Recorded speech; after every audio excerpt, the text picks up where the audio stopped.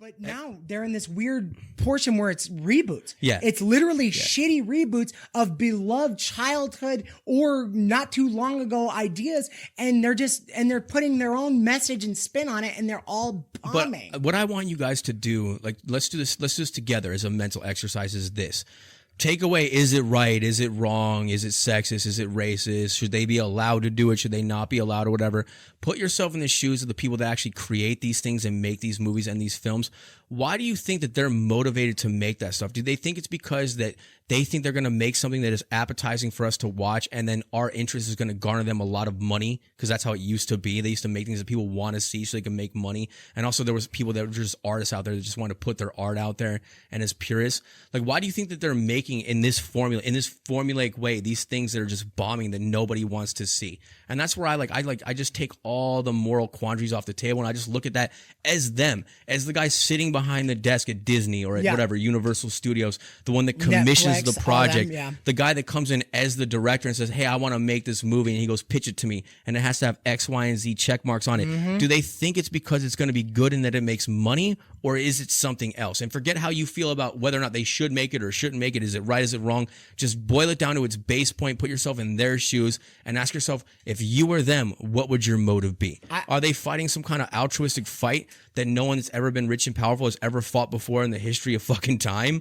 Or is it something else? I have an answer. I mean, how I feel about it. I think that they're sitting in this echo chamber thinking that everybody they know in LA is everybody sprawled out across America like that. Like that's the this is voice. the type That's of thing what I they like. want, It's like, you know? I hear you and I could entertain that idea. I don't necessarily agree, but I'm not necessarily right or wrong. So this is the type of thing I like.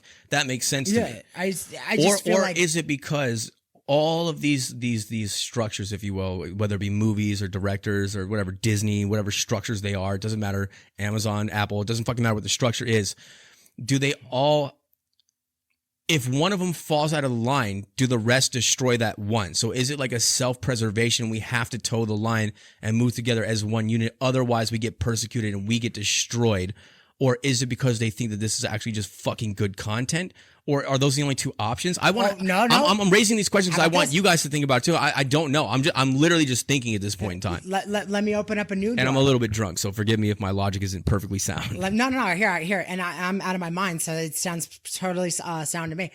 I got another door. Like door. being honest, like forget the More hate, forget sinister. the spite and the venom. More sinister. Go What ahead. if they're literally what they've been talking about, like Nietzsche and the fall of Western men and stuff like that, and getting rid of masculinity and stuff like that. What if they're actually making us weaker through these movies and stuff? Because if they just put out enough and it affects kids enough. But if you're Disney, all right, so like we're saying this is like he's making an umbrella statement. Yeah. But now let's break it down to its individual parts. If you're Disney, whatever, you're fucking Walt Disney himself in this time. I don't know who the fuck's running it right now. I haven't looked into it. See Heigl. But why would you make that decision? Why would you want to break down the youth? Why would you, as a profit motivated company, as an independent entrepreneurial structure, why would you want to aid in that cause? There's always some kind of self-benefit, right? The smoking gun is always, what do we get out of it, right? It's not financial. No one does. It has to be financial in a roundabout way. It can't be. It's failing every step of the way, right? That just because that's true doesn't mean that they don't think that they're doing. Do you see what I'm saying? Yeah, sure. There has to be a certain amount of self-interest involved in those decisions. So if you're that guy, you're new Walt Disney, or whatever, and like whatever, you want to destroy the youth and destroy masculinity and all that stuff. You as him who owns Disney, who your whole existence has been to make a profit and create these contents and create these trademarks or whatever, and build your corporation and your empire. Why would you be invested emotionally in doing that? And I'm genuinely asking. No, that's a question. I got you. It's a question for him. Try to pretend. Like try to actually come up with something. Well, you know what? You're that guy. You're sitting up there. Like what? When the world you have made to think it's sense, going to benefit you. When the world made sense, it was to get people on board to like this stuff, to spend money, right? I mean, is it still as simple as that? Is it still, well, now that everybody has identity politics, and maybe there is a lot more transgender kids, maybe there is like that. So let's make sure that everybody's included in this and we can make money like that. But no, because then I would notice after the first year, after the first fiscal year, that everything's just dropping. I have an idea. Yeah. Go ahead, finish your thing. Sorry. That it's just that this is a potential problem, that if we continue on this path. So outside of like a private company where you could just like suck my dick, this is what we do. So say I'm the new Walt Disney, right? And I get paid $2 million a year to head up the company and to run the operations and do what we do.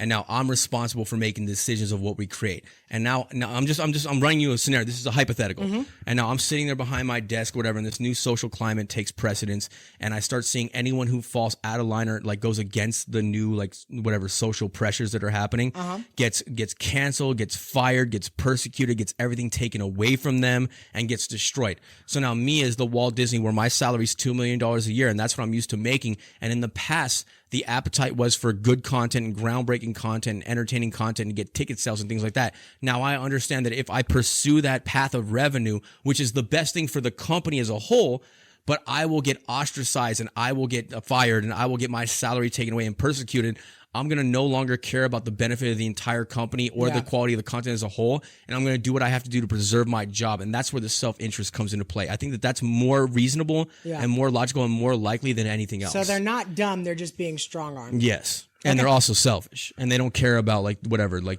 but what's good for humanity or what's good for society. These are just like the same. Because like I no, wouldn't. not if I was one of them. Like, if I was a sociopath and I was one of them, because like, here's the thing. I'd have a big rainbow sticker on my trunk as I'm driving out of there. Yeah, we all know this. Making money. Most businesses, businessmen, Wall Street guys, doesn't matter what it is, corporate entities in general, they don't give a fuck about the greater good. They don't care about the social fabric. They care about making money and self-interest and nothing else. And we've all known this, like Occupy Wall Street, corporate greed, yada, yada, yada. We all agree with this, right? And for the most part, we're all on board with that in general. So under that mentality, if I was that guy, that would be the decision I would make for those reasons. And by the way, if you guys have any ideas on this, like throw them in the comments or whatever, because I've been like really thinking about this and I'm interested in it. I think that we're guilty of this. I think that we as a society at this point in juncture in our evolution, if you will, we're guilty of not practicing nuanced thinking. And people are lazy and they just want to like add a blanket theory to everything, whatever. Like if someone does something bad or whatever, you're like, oh, that guy's a dick. But you don't take the time to really get to know his psychology and what really motivates him and what the truth is of his decision-making process. And I think that we do this with everything now. So it's like we just go, oh, they're evil. Oh, they're trying to destroy us.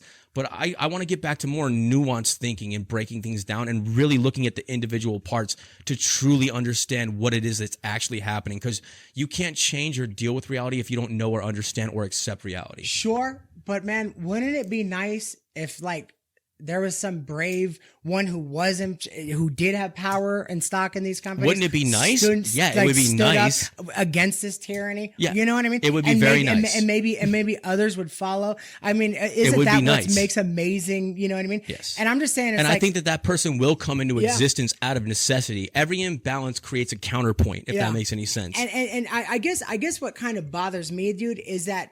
I do. The reason why I think that Disney with the messages, whether or not they're being forced to. But don't say Disney. Disney is the corporate structure. Gotcha. The people. But there's someone. There's like 10 people at the top making decisions. No, but they are Disney. Totally, you see what I'm saying? Gotcha. Like, okay. Well, those people, right? So give them identities in your mind. Absolutely, but I'm talking about the man himself.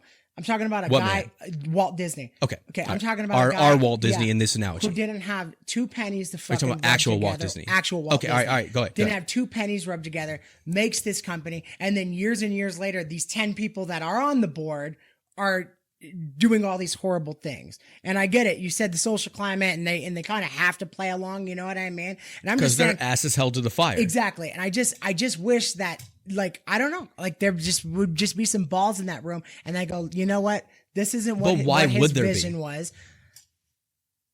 Well, financial, I mean, doesn't money talk? I mean, even if they're getting canceled. Yeah, but your money talks to you, like your salary, right? Yeah. Are you, and also like if you get martyred, if you're like the Disney guy on the board of directors, they're going to cut your head off. They're going to take your money. They're going to shame you. They're going to destroy you. They're going to replace you with someone who will play ball and everything's going to remain the same. But if I make the company, if we have the greatest year since all this woke shit started, right? Let's say I get away with it. That for takes a courage and a pioneer and some. Exactly. You're right. You're talking about. And I'm sitting there like, listen, we didn't make a woke movie this year. We made everybody. That's going to happen at some point. Yeah. That's inevitable. That's going to happen. But you're instead talking of race about swapping, we made new black princesses. And good content for all. Original good content for all. Yes. So I see where you're coming. That's what needs to happen. What I'm trying to assess is what is happening. Yeah. That is what needs, and that is what's going Yeah. to happen at some point. But I'm just trying to look and understand and think, and not just blanket everything and just like, like just dismiss it as, oh, it's just fucking this, it's just fucking that. Things are way more complex than that. Nuanced thinking needs to come back. We need to use critical thinking again. It's not so simple. But what you're saying, that's the solution. What you're saying is that person needs to come into existence and do exactly what you're saying. That's what I'm getting. You're right. I get it. I get it's not simple, but this is where you listen. You had that salary. There's, if you got FU money from this amazing salary, and I know it's hard, stuff like that, but I mean, and you've been there for 20 years. Look in the mirror and ask yourself, if you want to continue sabotaging your business in the name of not getting fucked with, or if you want to stand up and actually do something. Well, now, so this raises a separate question, which is, I like this. This conversation is really great for me. If I'm good enough to do it, no, not if you're good enough to do it. Not if you're good enough to do it. What type of personality, what type of person are you describing? A leader. All right. No, not just a leader. Like you're describing someone who has like some kind of like altruism and heart. Yeah. And like puts others above themselves and doubt. has some kind of moral code and ethics and is like thinks beyond themselves. What kind of person generally makes it to the top in business and in society? Sociopaths. Some cutthroat shark that's willing to fucking kill their own mother to get where they need to go to. Yeah. I actually, like 10 years ago, I think it was, I read this.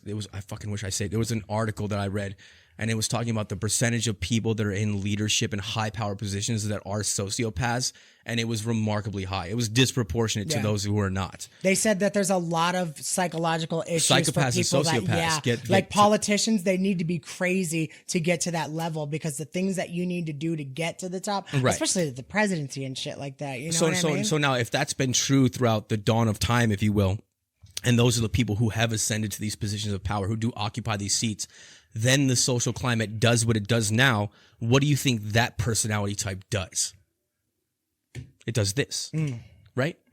So that's something to think. By the way, I don't have some full, I'm working this out right in front of you on live. I got you. I'm literally working through this process as you're watching me think about it. Like all we got is an idea that might make but that makes better, sense though, but right? Yeah. So absolutely. so we could sit down and say, this is what needs to happen. This is what people should or shouldn't do. I'm trying to assess reality as it is and understand the working parts that are actually happening in real time.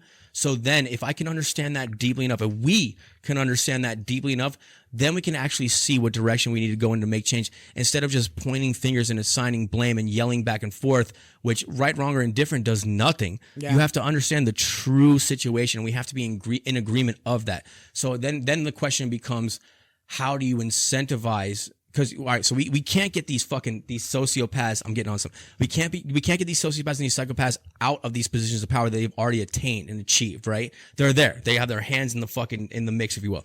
So now the question becomes, how do we incentivize those sociopaths and psychopaths to actually do what we need them to do, which is right, even if they're not doing it for the right reason, it's still the right outcome. How do you incentivize that behavior? Does that make sense? Yeah, it doesn't. It would have to organically change over time, and people getting fed up with the bullshit. Yes. And then eventually it'll switch. Yes. And then they're going to go, they're going to give us what we want. If we we're the wanted dominant, to do this all along. Dude, Yes. But they'd go right back the next day if it changed. But it doesn't matter. So what dude, this is an important thing that you just said. What we're learning is that if we as a collective whole, if the majority of us, the dominant psychology of the people in the lower classes thinks and feels X way and rewards this behavior, it will be delivered, whether it be by a sociopath or by a benevolent person because of self-interest or a different interest. It will be delivered. So all we really need to do is we need to agree on a base level, on a mass scale, if you will. Most of us need to agree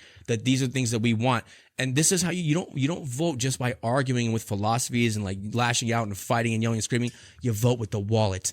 Stop yelling and screaming. Stop trying to empower, because attention is power. Here's the thing that we don't understand. This is something that we need to understand, is that attention is monetizable in this current economic climate, if you will. So if someone is being divisive and is being evil, and all the people like us, if we're the dominant hierarchy in psychology of the masses, right? Like I was just talking about in general, if we give that attention and we pay attention and we try to fight against it and we're like, no, fuck that, and we start talking about it and we give life to it by feeding it attention, that's attention that advertisers buy. So those advertising dollars, like, we don't care if they love or hate whatever you're saying. We just care that people are watching and they're subconsciously downloading our our products, and then money talks, and then it fortifies us. It becomes a self-sustaining loop.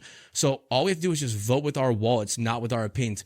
Don't give it any attention. Don't pay for the fucking tickets. Don't buy the DVDs, and don't say a fucking word about it. And eventually what's going to happen is that's going to incentivize the sociopaths to create the things that the mass, the greater percentage of people actually want to see and hear without firing a shot. Without firing a shot. I think that this is actually the right way to go. They take their emotions out of it. And this is just a theory, by the way. Like, tell me if you think I'm wrong about this, but I think that this could work. No, I think you're dead on. This makes sense. Yeah, absolutely. Dude, it's the same reason Budweiser, who knows exactly who their clientele is, just put a fat ass rainbow and a tranny on. So talk to me about that. What do you think that they're doing that for? I think it's the same thing, dude. I think that actually it is the same thing for sure. Sure. You know, I mean, the same reason why you never thought that, you know, why did HBO has been established forever. Why did HBO need to jump on board? But let me get a little bit deeper on this. Like, I don't think that these people necessarily that are like running these companies, I don't think they're necessarily stupid. So, all right, so you have, I'm the Budweiser guy now. Whatever, you got the board of directors, like the 10 people that make the decisions, blah, blah. But I'm just going to pretend that it's just one, I'm going to pretend it's me, one guy, right? And we're all like, I'm the one that's we're sitting around talking about it at the fucking table, if you will. And it's like, hey, you know, like profits are this high, revenue is this high, blah, blah, blah. How do we get more? I don't think that anyone sitting at that table or the guy that makes a decision, which would be me in this case, goes, hey, if we put a transvestite on our cans and we promote, like, you know, well, he's called, I think that our revenue is going to go through the roof. I don't believe that happened. What I do believe happened is I think that these people at the highest levels of power, they all do business together and they all talk to each other. And I think that that guy was offered some kind of deal, some kind of package to do this, even at the expense of the company's profit. And I think it served that person's best interest or those people's best, that small group of people's best interest. And that's why they're actually doing it. I don't think that it has anything to do with it being a savvy business move at all. Well, what about this? And that's just a thought, but that makes sense. That would explain all the behavior. All right, they couldn't have believed that it was going to result in higher revenue. Yeah. There's no way they could have believed that. It's not possible. What about this though? Kind of like a trade out, right?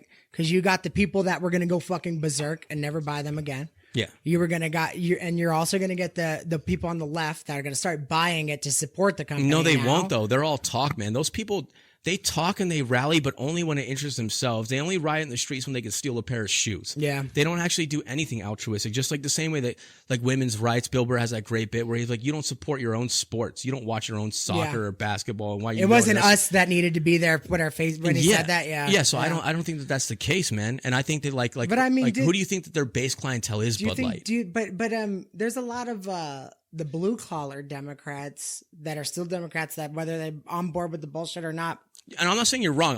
I'm just considering all sides. Yeah. And we will know, by the way. We're going to get our answer because the hindsight's always 20/20. We're going to see. We're going to see. It's going to say it when not this quarterly report comes out because they're going to fudge those numbers and use like historical data to like paint a picture that isn't true.